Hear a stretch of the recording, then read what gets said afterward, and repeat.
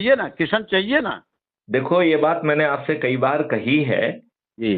कि मैं जो कुछ भी कर रहा हूं हाँ। और जितना कुछ भी मैं इतना विस्तार से बता पा रहा हूं, हम्म। ये एक पुलिस ऑफिसर की सामर्थ्य और अनुभव के बाहर की बात है। जी। तो ये तो कॉस्मोस ही करा रहा है। तमाम डीजीपी रिटायर होके मस्ती मारे राजनीतिक गलियारों में सर। हम्म। हिम्मत नहीं, औकात नहीं लोगों के बोलने की। क्या बात करते हैं आप। मैं एक दो लोगों से तो मैं मिला ही हूँ। हम्म।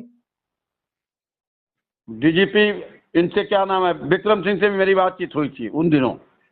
विक्रम सिंह का जो है वीडियो हमारे क्राइम फ्री भारत पर भी है, उन्होंने हिंदी और अंग्रेजी दोनों में दिया हुआ है।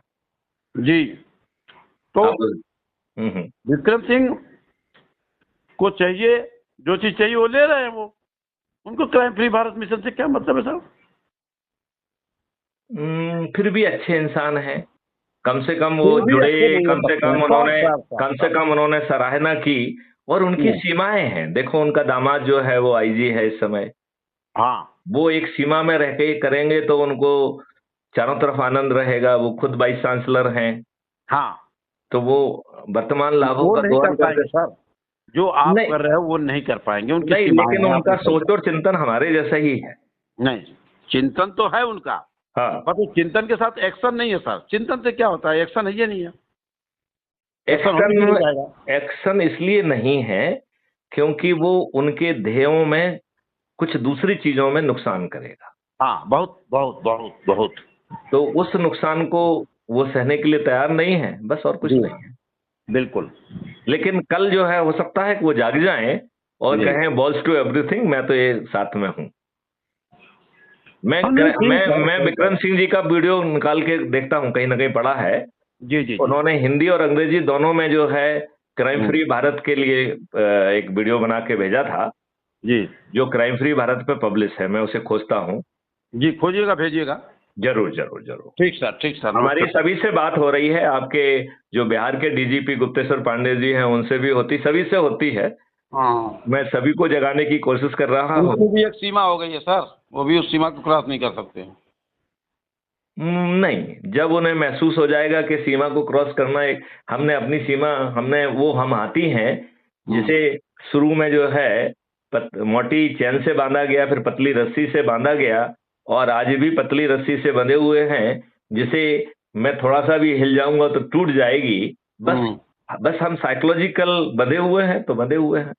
हम आपको बिल्कुल। अपने आप को कमजोर मान रहे हैं तो मान रहे हैं। जी ये जी। बताओ, मैथिली गुप्त अपने आप को कमजोर क्यों नहीं मान रहे हैं? उनमें कोई डर क्यों नहीं है? मैथिली शरणगुप्त के अंदर नेताजी सुभाष चंद्र बोस विराजमान हो चुके हैं। उनकी आत्मा आती है। हो सकता है, कोई बहुत बड़ी बात नहीं है। नहीं हो सकता नहीं है, यही सही है। हम्म। क्योंकि इतना फ्रैंक कोई बोलने वाला है नहीं भारत में, जो चैलेंज करता हो कि आईपीसी ये है, फलाना ढिकाना है, पुलिस की घटिया व्यवस्था है, पुलिस जो है ऐसे है।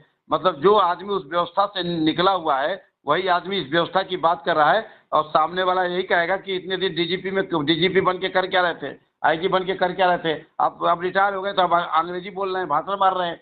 ये भी बात कहने वाले लोग मिलेंगे। लेकिन इन सबके बावजूद भी आप अपनी बात रखते हैं, ये बहुत बड़ी बात है ना नहीं, ये। लेकिन आपको ये मालूम है कि हमने इस व्यवस्था में रहते हुए भी बहुत तीर मारे हैं, जी। बहुत ज्यादा।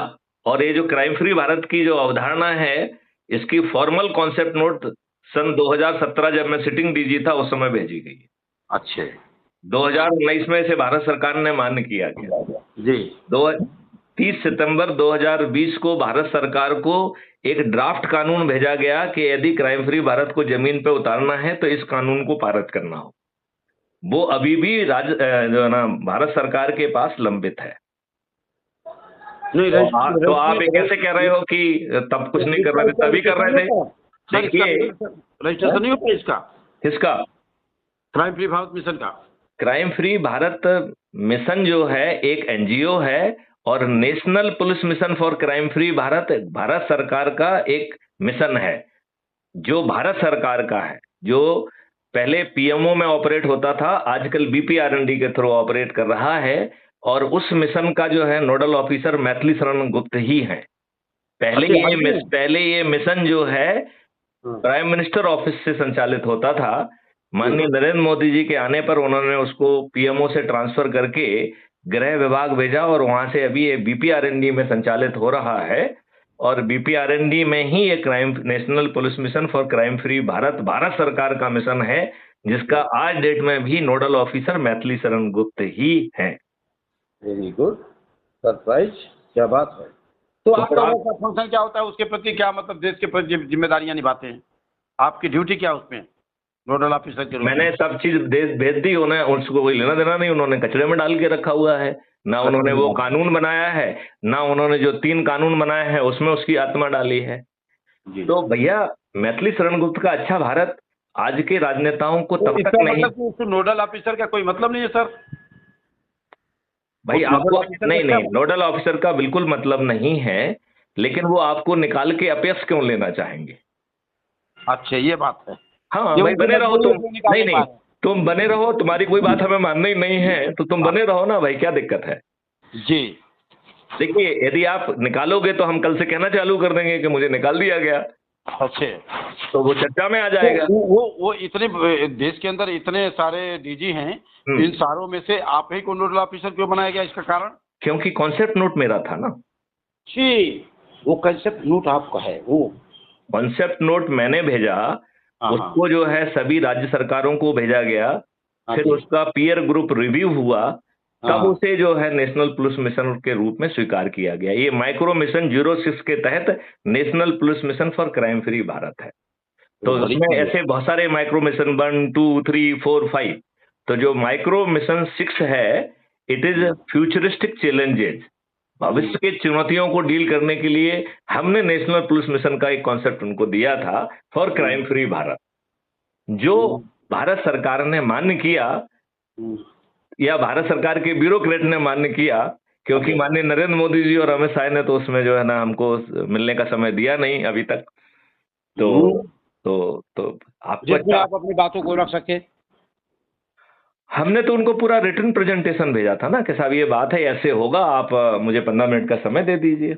हाँ, बस ये छोटा सा था, लेकिन नहीं दिया इन लोगों ने। जरूरत नहीं, इन लोगों ने 15 मिनट का समय नहीं दिया, यही कहने का मतलब है ना? हाँ, 200%। अभी भी मैं बीच बीच में मेल डालता रहता हूँ कि भैया आप मुझे समय दे दो।